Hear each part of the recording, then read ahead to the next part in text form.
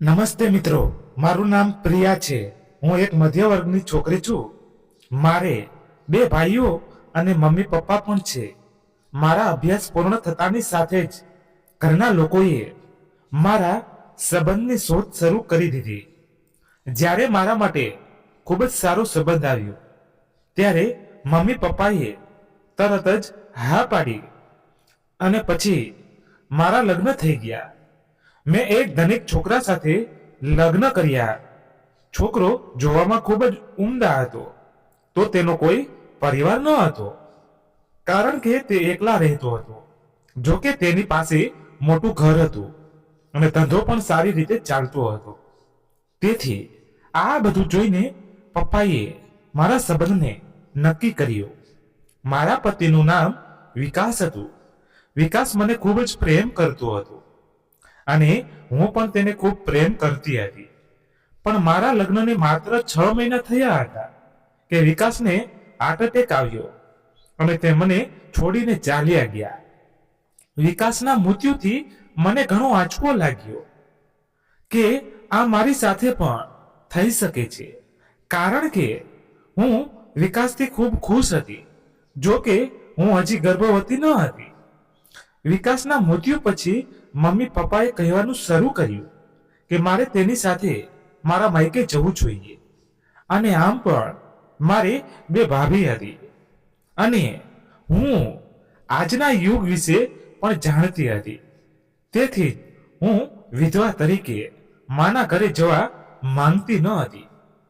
પરંતુ લોકોએ કહેવાનું શરૂ કર્યું કે પ્રિયા, તમે બીજા સાથે લગ્ન કરો. પરંતુ મારું હૃદય બીજા લગ્ન માટે તૈયાર ન હતું. આમ પણ વિકાસના ઘરે કોઈ ન હતું અને મારું મોટું ઘર હતું. ત્યાં મને પ્રેમ અને તમામ પ્રકારની ખુશી મળી. તેથી મને બીજે ક્યાંય જવાથી ડર હતો. તેથી હું ન તો લગ્ન કરવા માંગતી હતી કે ના હું મારા માયકે પછી જ ફરી હતી. હું વિચારતી હતી કે મારે વિકાસના ઘરે જ રહેવું જોઈએ. પરંતુ ઘર એટલું મોટું હતું કે મને રાતે ડર લાગતો હતો. જ્યારે મને ભૂખ લાગતી ત્યારે મારું હૃદય બંધ થઈ જતું. હું પહેલા એટલી ડરપોક નહોતી, પરંતુ મારા પતિનું અવસાન થયું હોવાથી હું નાની નાની વસ્તુઓથી ડરવા લાગી.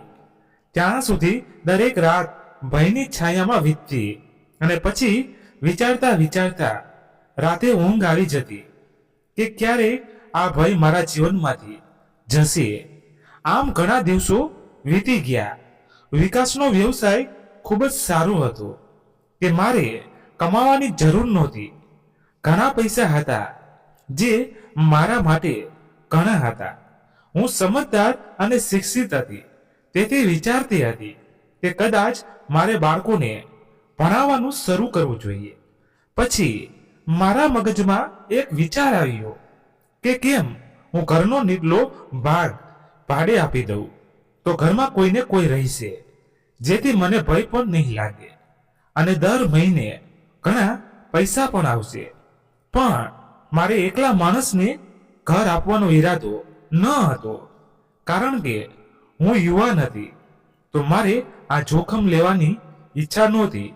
હું આમ તો મારી પડોશી સાથે ખૂબ ઓછી વાત કરવાની ટેવ ધરાવતી હતી, પરંતુ હવે મારે દરેકને કહેવું હતું કે મારે ભાડું જોઈએ છે.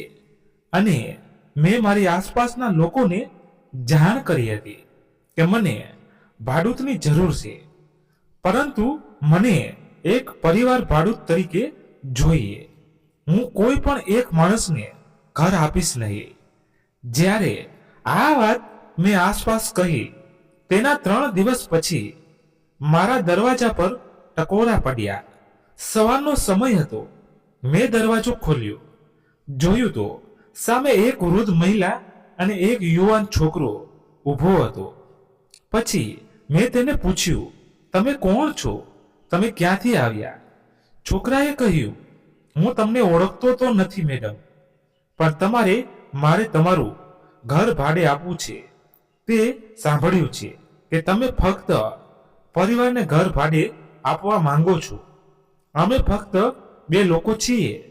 અમારા સિવાય બીજું કોઈ આવશે નહીં. આના પર મેં કહ્યું કે હા, તમે એકદમ સાચા છો.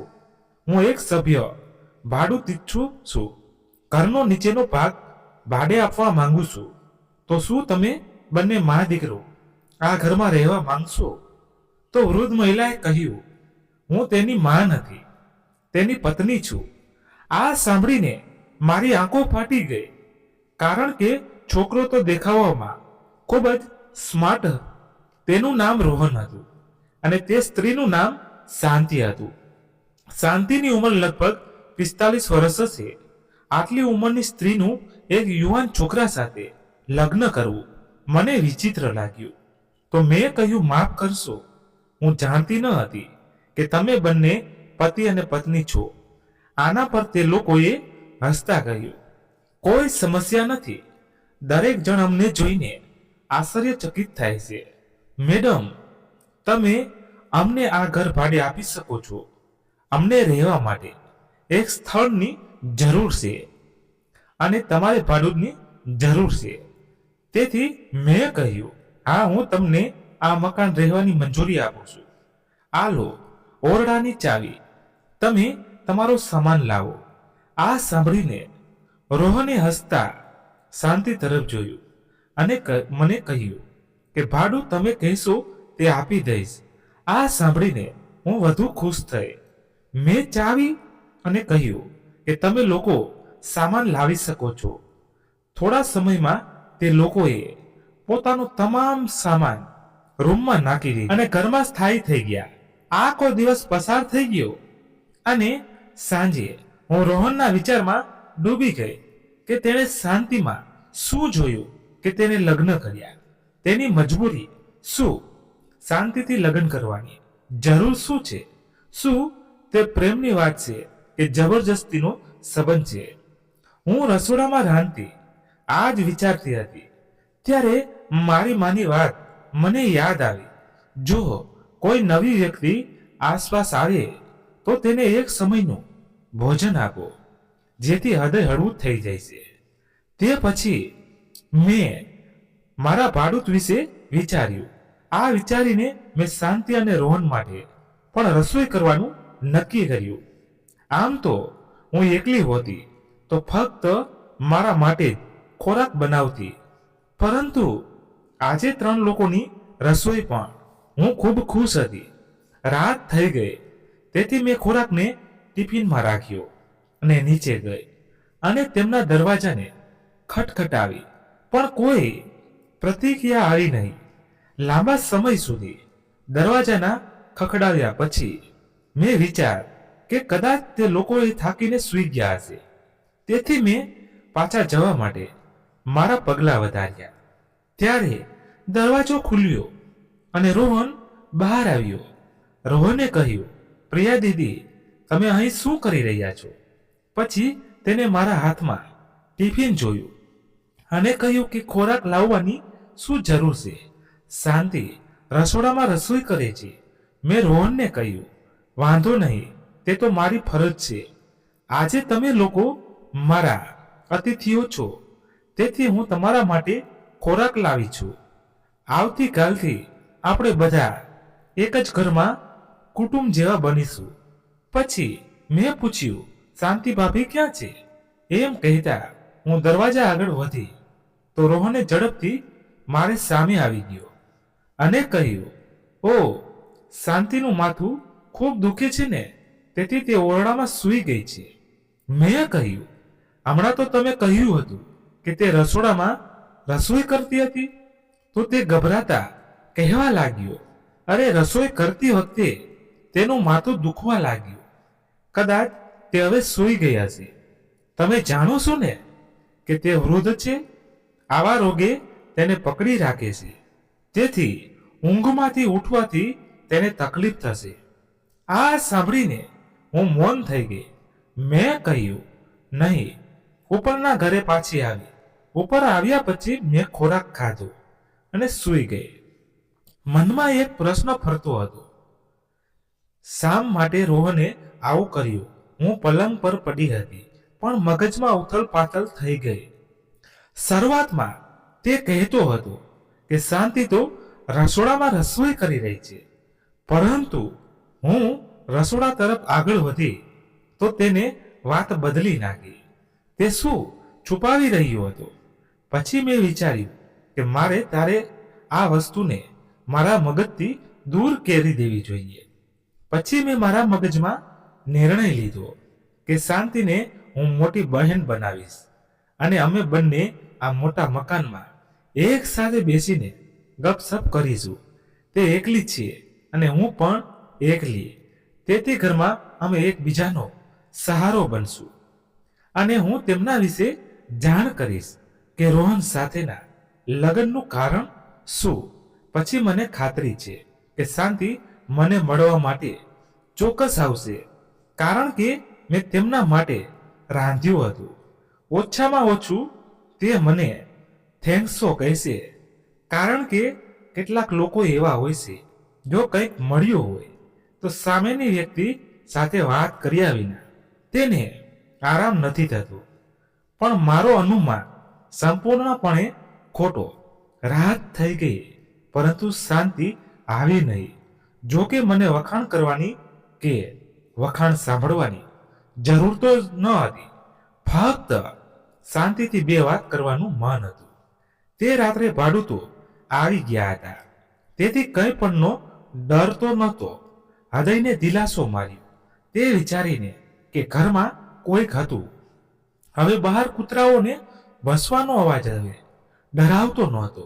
જો કે વિકાસ જીવિત હતો તો મેં આ વસ્તુઓ વિશે વિચાર્યું નહોતું, કારણ કે વિકાસ મારી સાથે હતો. વિકાસ મને ખૂબ પ્રેમ કરતો હતો. દરરોજ રાત્રે તેની યાદમાં હું રડતી રહેતી.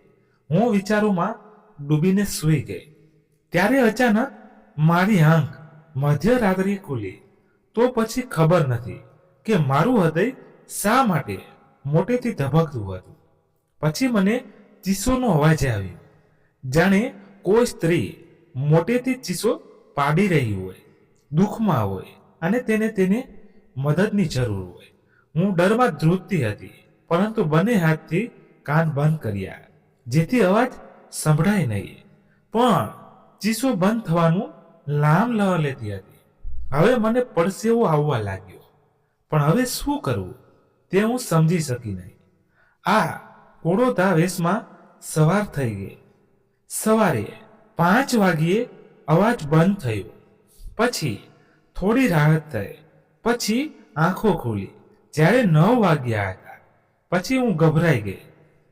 ચા બનાવી, હાથ ધોઈ અને 1 કપ ચા લઈને ગેલેરીમાં આવી ત્યારે રોહન ફોન પર શેરીમાં ઊભા કોઈની સાથે વાત કરી રહ્યો હતો.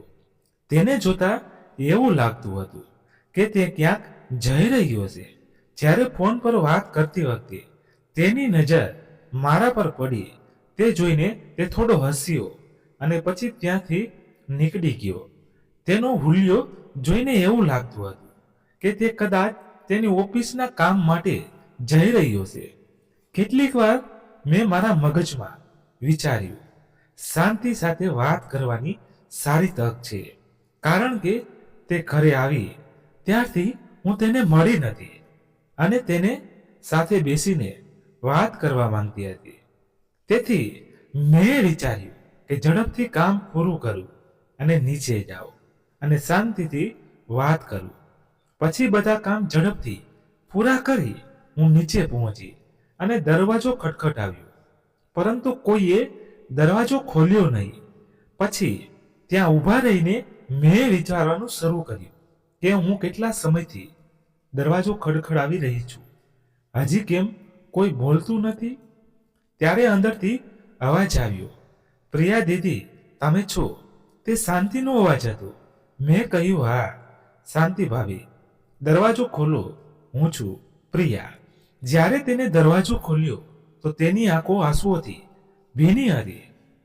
જ્યારે તેણે મને બોલાવી અને પલંગ પર બેસાડીને કહ્યું કે હું થોડી નર્વસ હતી, હું સમજી શકતી નથી કે કોઈને અંદર બોલાવવું કે નહીં. તેથી વિચાર્યા પછી મેં દરવાજાને ખોલ્યો. આના પર મેં કહ્યું, શાંતિ ભાભી આ વિસ્તાર તમારા માટે નવો છે. અહીં બીજું કોણ આવશે? પછી મેં પૂછ્યું, ભાભી તમારી આંખોમાં આંસુ? તો તેને કહ્યું કે હા, મારે તમને શું કહેવું. મેં ખૂબ કહ્યું કે તમે મને બધું કહી શકો છો. તો તેને કહેવાનું શરૂ કર્યું, મારા પતિ રોહનને હું પસંદ નથી. તે યુવાન છે, તે ઈચ્છા છે કે તેને તેના જેવી યુવતી મળે, પરંતુ મારી ઉંમર વધુ છે અને તેને મારો ચહેરો પણ પસંદ નથી. મને લાગે છે કે રોહનનું કોઈ બીજા સાથે અફેર છે અને તે મારી સાથે છેતરપિંડી કરી રહ્યો છે. ખબર નહીં તે ફોન પર કોની સાથે વાત કરે છે, પણ હું તેને પૂછું તો તે ગંદી ગંદી વસ્તુઓ કહે છે અને કેટલીક વાર હાથ પણ ઉપાડે છે. પછી મેં પૂછ્યું, શાંતિ ભાભી, તમે બરાબર છો? તો તે કહેવા લાગી, માટે મારી પાસે વિશ્વની બધી વસ્તુ છે, પૈસા, કપડાં, પણ સ્ત્રીને જે ખુશી જોઈએ છે તે નથી. તેના શબ્દો સાંભળીને મારું હૃદય ભારે થઈ ગયું. પછી મેં કહ્યું, શાંતિ ભાભી, મને કહો, હું તમને મદદ કરવા માંગુ છું. હું તમારા માટે શું કરી શકું છું? પછી તેણે કહ્યું, મારા સંબંધીઓએ મને મદદ કરી નથી, તો તમે શું કરશો? આમ પણ રોહન મને છોડવાની ધમકી આપે છે.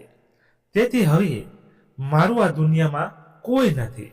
હવે તમે જ મને કહો કે હું વૃદ્ધ છું. હું ફક્ત ઈચ્છું છું કે તમે મારા માટે પ્રાર્થના કરો. મારે બીજું કંઈ પણ નથી જોઈતું. પરંતુ મેં કહ્યું કે શાંતિ ભાભી, હું તમારી નાની બહેન જેવી છું. તમે મને બધું કહી શકો છો. અને હા, હું હંમેશા તમારા માટે પ્રાર્થના કરીશ. આટલું કહી હું ત્યાંથી જવા લાગી. પછી શાંતિએ મને અવાજ આપીને કહ્યું, પ્રિયા, તમારે કોઈને આ વાત કહેવી નહીં, અને ખાસ કરીને મારા પતિને ન કહેવું જોઈએ. જો તેને ખબર પડે તો તે મારા પર હાથ ઉપાડશે. તો તમે પણ કહેશો નહીં કે તમે અહીં આવ્યા છો, અથવા મેં તમને કંઈ કહ્યું છે. મેં કહ્યું, આ શાંતિ ભાભી, તમે ચિંતા ન કરો, હું રોહનને કંઈ પણ નહીં કહું. આ કહીને હું મારા રૂમ પર આવી ગઈ.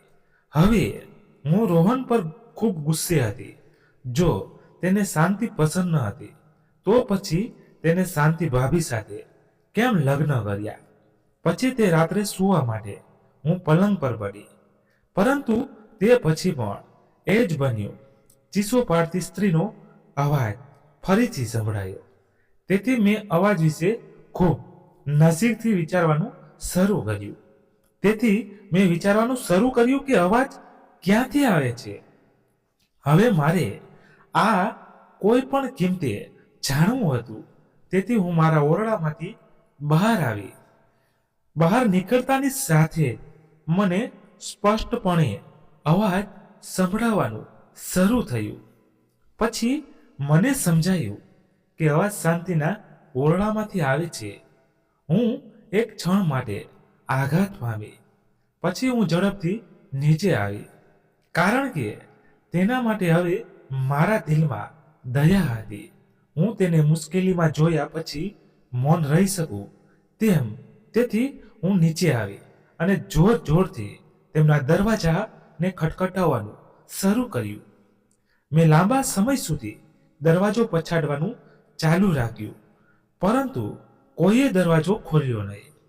પણ આશ્ચર્યજનક વાત એ હતી કે મારા ખટખટ આવ્યા પછી પણ ચીસો શાંત ન થાય, પણ ચીસોનો અવાજ વધુ આવી રહ્યો હતો. પણ થાકીને હું ઉપરના માળે પાછી ચાલી. તે રાત્રે શાંતિની ચિંતા કરતા કરતા મને ઊંઘ ન આવી. પછી હું ગેલેરીમાં બેઠી અને વિચાર્યું કે જ્યારે હું રોહનને બહાર જતા જોઈશ ને, તો હું તેને રોકીશ અને તેની સાથે વાત કરીશ. પછી સવારે 8 વાગ્યે દૂધવાળો આવ્યો. મેં જોયું કે રોહન દરવાજો ખોલીને ઘરની બહાર જઈ રહ્યો હતો. મેં તેને અવાજ આપ્યો તો રોહનના ચહેરા પર ગભરાટ સ્પષ્ટ રીતે દેખાઈ રહી હતી. પરંતુ તે મારી સામે ઊભો હતો અને કહ્યું, હું જાણું છું કે તમે શું કહેવા માંગો છો.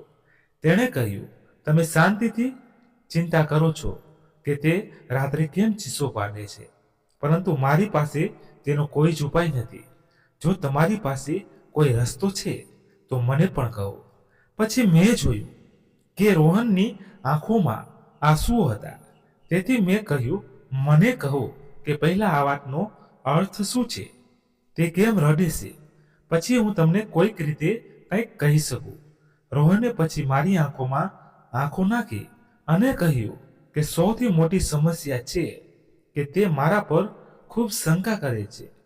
આ સાંભળીને મેં તેની તરફ આશ્ચર્યચકિત થઈ જોયું. પછી તે હળવાશથી હસી પડ્યો અને કહ્યું, તમે મારા દેખાવને કાળજીપૂર્વક જુઓ અને પછી શાંતિ તરફ જુઓ. બંને વચ્ચે કેટલો તફાવત છે! જો હું ઈચ્છતો હોત તો એક યુવાન એક સુંદર છોકરી સાથે લગ્ન કરી શકાય, પરંતુ મેં બધાને છોડી દીધા અને શાંતિને પસંદ કરી, કારણ કે તે અનાથ હતી. પરંતુ હજી પણ તે મારા પર શંકા કરે છે. પછી તેને આગળ કહ્યું, મારી એકમાત્ર ભૂલ એ હતી કે મેં તેને અનાથ સમજી અને તેની સાથે લગ્ન કર્યા, કારણ કે તે મારા ઘરની નોકરાણી હતી. મને તેની સ્થિતિ જોવાનું પસંદ નથી. તેથી મેં વિચાર્યું, હું તેની સાથે લગ્ન કરીશ, હું તેને મારું નામ આપીશ. પરંતુ મારા પરિવારના સભ્યોને આવું બિલકુલ ગમ્યું નહીં, તો તેઓએ મને ઘરમાંથી કાઢી મૂક્યો. પછી મેં મારા પરિવારને શાંતિ માટે છોડી દીધો. પછી તેણે કહ્યું, હવે તમે મને કહો, શાંતિ સાથે લગ્ન કરીને મેં ખોટું કર્યું. મારા માતા પિતા અને પિતાએ મને મારી સંપત્તિમાંથી કાઢી મૂક્યો. મેં શાંતિ માટે ઘણા દુઃખ સહન કર્યા. હું ફક્ત તેને ખુશ જોવા માંગુ છું, પરંતુ તે સમજે છે કે મારો કોઈ બીજા સાથે અફેર છે અને હું ગુપ્ત રીતે ફોન પર વાત કરું છું. પછી તેને વધુ કહ્યું, 2 વર્ષ પહેલા મારી માએ મારા લગ્નનો નિર્ણય એક અમીર પરિવારની છોકરી સાથે કર્યો હતો.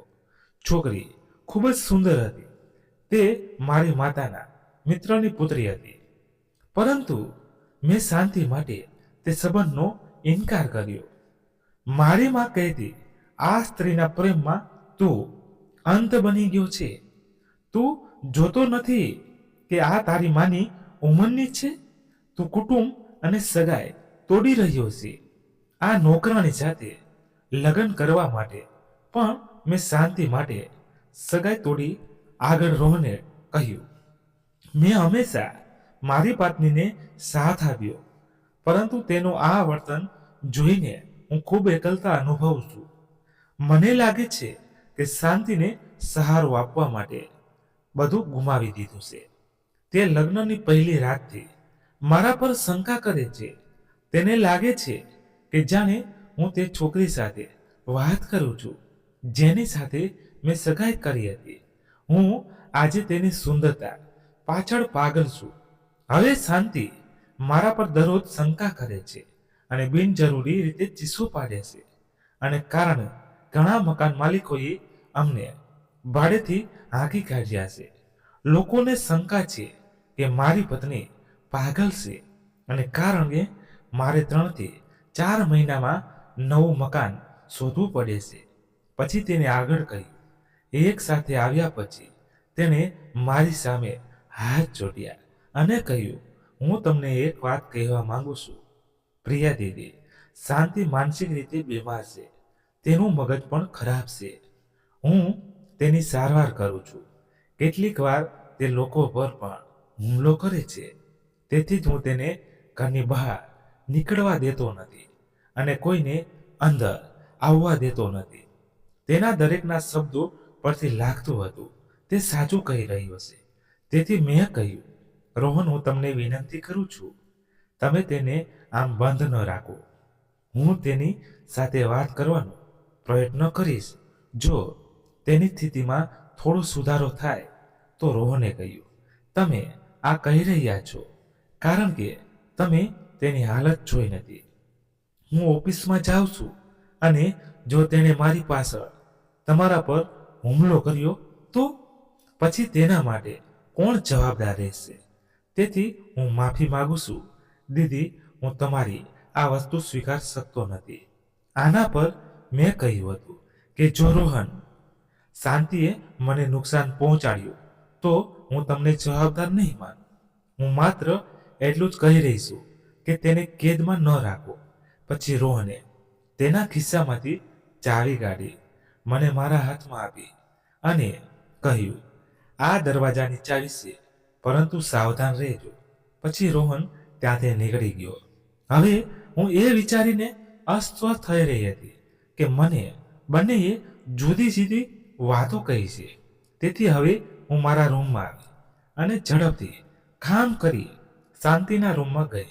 જ્યારે હું અંદર ગઈ તો જોયું તે પલંગ પર બેઠી હતી અને એક ઊંડા વિચારમાં ડૂબી ગઈ હતી અને રડતી હતી. હું તેની પાસે ગઈ. તેને જોયા પછી મારું હૃદય આઘાત પામ્યું.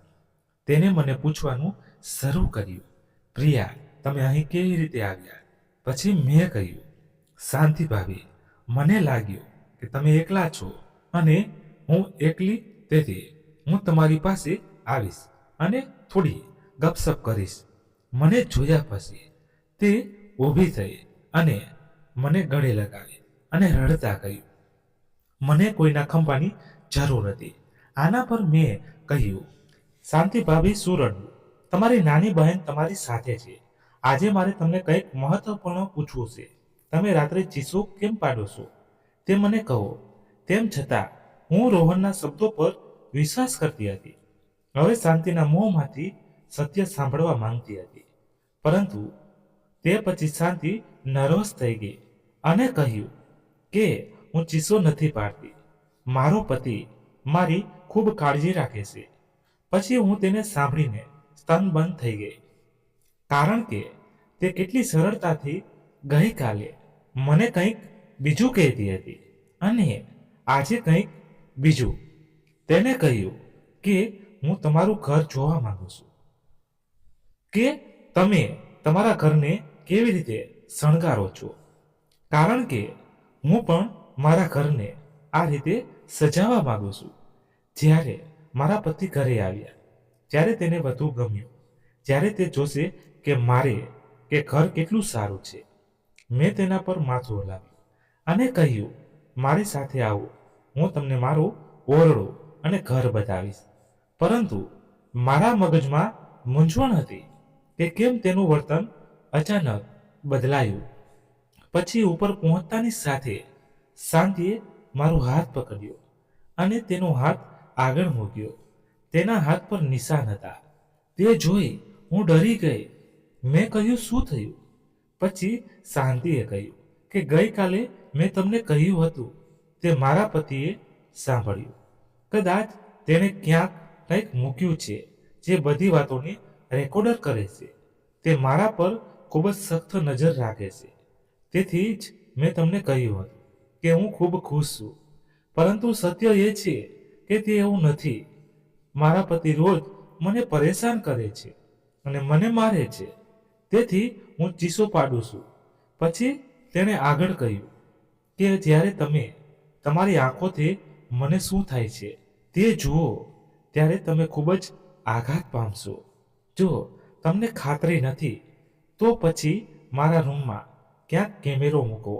હું આના જેવું કંઈક કરી શકતી નથી. જો તમે તે રેકોર્ડિંગ કરી બતાવો તો મારા પતિને સજા કરવામાં આવશે અને હું મુક્ત થઈ જઈશ. જેના પર મેં કહ્યું કે ઠીક છે, હું કંઈક કરું છું.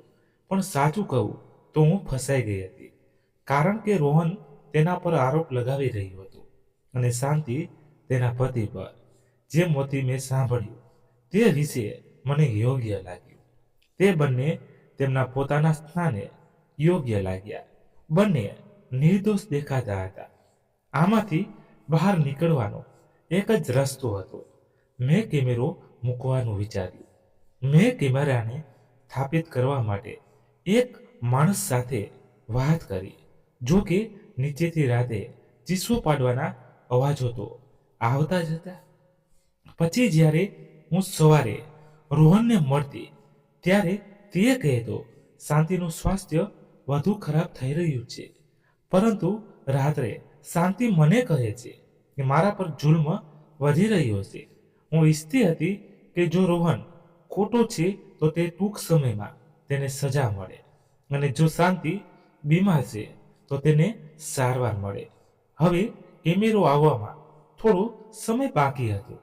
થોડું કામ કર્યા પછી મેં વિચાર્યું કે આજે શાંતિને ફરીથી ખોરાક આપી દઉં. જો કે રાત્રે હું ભાગ્ય જ નીચે જતી હતી, પરંતુ આજે મારે ખોરાક આપવો હતો. તેથી સીડી પરથી નીચે ઉતરી ત્યારે અચાનક શાંતિનો અવાજ મારા કાનમાં આવ્યો. તે કહેતી હતી, આજે બધી તૈયારીઓ કરવામાં આવી છે, તેના વિશે ચિંતા કરશો નહીં. તે તો કમજોર છે, તેને નિયંત્રણ કરવું સરળ છે. આ સાંભળી હું પાછળ હટી ગઈ, કારણ કે શાંતિનો નવો ચહેરો મારી સામે આવ્યો હતો. તો પછી મને ખબર નથી કે મારા મગજમાં કયા વિચારો આવ્યા. મને લાગ્યું કે કદાચ શાંતિ ખોટી છે. શું તે રાત્રે કોઈને ઘરે બોલાવે છે અને કંઈક ખોટું કરે છે, અને કદાચ ઈરાદાપૂર્વક રોહનને ખરાબ કહે છે. કેમેરા આવવામાં હજી સમય હતો, તેથી મેં મારી જૂની મિત્રને બોલાવી, કારણ કે તે લેડી કોન્સ્ટેબલ હતી. પછી મેં તેને આખી વાત કહી અને કહ્યું કે મને તમારી ટીમની ખૂબ જરૂર છે. મારા ઘરે આવ્યા પછી તું સત્ય શોધી કાઢ. મારી મિત્ર તરત જ આવા સંબંધ થઈ ગઈ. પછી હું ખોરાક ખાધા પછી તેની રાહ જોતી હતી, પણ હું સૂઈ ગઈ, અને જ્યારે હું ઉઠી તો હોસ્પિટલના પલંગ પર હતી. હું નર્વસ હતી. મારી મિત્ર મારી સામે ઊભી હતી. તેનું નામ રમા હતું. જ્યારે પૂછ્યું, રમા, હું અહીં કેમ આવી છું અને હું હોસ્પિટલમાં શું કરું છું, ત્યારે તે હસી પડી અને કહ્યું, પ્રિયા, તે એક મોટું કામ કર્યું છે. ઘણા દિવસોથી અમને ફરિયાદ મળતી હતી કે કોઈ લોકો ભાડૂત બનીને ઘરોમાં રહે છે, અને જ્યારે મકાન માલિકો તેમના પર વિશ્વાસ કરે છે ત્યારે તેઓ તે ઘરમાંથી ચોરી કરે છે અને ભાગી જાય છે. ગઈકાલે રાત્રે તમારા કારણે અમે તે ચોરને પકડ્યા. પ્રિયા, જે તમારા મકાનમાં ભાડૂત તરીકે રહેતા હતા, તે જ ચોર ગેંગના હતા. તે ઘરની દરેક વસ્તુ પર નજર રાખતા અને ઘરના માલિકને પોતાની વાતમાં ફસાવી લેતા. રોહન અને શાંતિએ તમારી સાથે આ રમત રમી રહ્યા હતા. તમે તમારા ઘરની બધી વાતોની શાંતિને કહી. સારું હતું કે તમે શાંતિની વાતો સાંભળી અને મને બોલાવી લીધી. ગઈકાલે રાત્રે બંને તમારા જમવામાં સુવાની દવા મિશ્રિત કરી દીધી હતી. તમારા ઘરને લૂંટીને જવાનો તેનો મકસદ હતો. આ બધું ખૂબ જ વિચારપૂર્વક કરવામાં આવ્યું હતું. પરંતુ અમે યોગ્ય સમય પર પહોંચ્યા, અને જ્યારે અમે તમારા રૂમમાં ગયા ત્યારે તું બેહોશ હતી. અમે તરત જ તને હોસ્પિટલ લાવ્યા. તેના શબ્દો સાંભળ્યા પછી મને આઘાત લાગ્યો કે લોકો કેટલા નીચે પડી ગયા છે, કે ખોટા નાટકો કરી શકે છે. મને રોહન અને શાંતિની વાતોથી એવું લાગ્યું નથી કે તે મારી સાથે જૂઠું બોલી રહ્યા છે, પરંતુ આ ભાળ કે તેણે મને બચાવી. હવે મને ભાડુત રાખવામાં ડર લાગે છે. આ ઘટનાએ મને ફરીથી એકલી બનાવી, પરંતુ ખરાબ લોકો સાથે રહેવા કરતાં એકલા જીવવું વધુ સારું છે. આજકાલ કોઈના પર વિશ્વાસ કરવો મુશ્કેલ છે. તેથી જ મેં મારું મન બનાવ્યું છે કે હવે હું એકલી બરાબર છું. કદાચ મારું નસીબ એકલતામાં લખાયેલું છે, અને હવે હું આ એકલતાથી ખૂબ ખુશ છું. આ દિવસોમાં હું ગરીબ બાળકોને મફતમાં ટ્યુશન શીખવું છું. તે બાળકો આખો દિવસ મારી સાથે રહે છે અને રાત્રે તેમના ઘરે જાય છે. હું તેમની સાથે સમય પસાર કરીને ખૂબ જ હળવું મહેસૂસ કરું છું. તો મિત્રો, જો કહાની પૂર્ણ થઈ, તમને કેવી લાગી એ કોમેન્ટ કરીને જણાવજો. પસંદ આવ્યું હોય તો વિડીયોને લાઈક કરો અને ચેનલને સબસ્ક્રાઈબ કરો. હા, આવી જ નવી નવી કહાની સાંભળતા રહો. Thank you. બાય.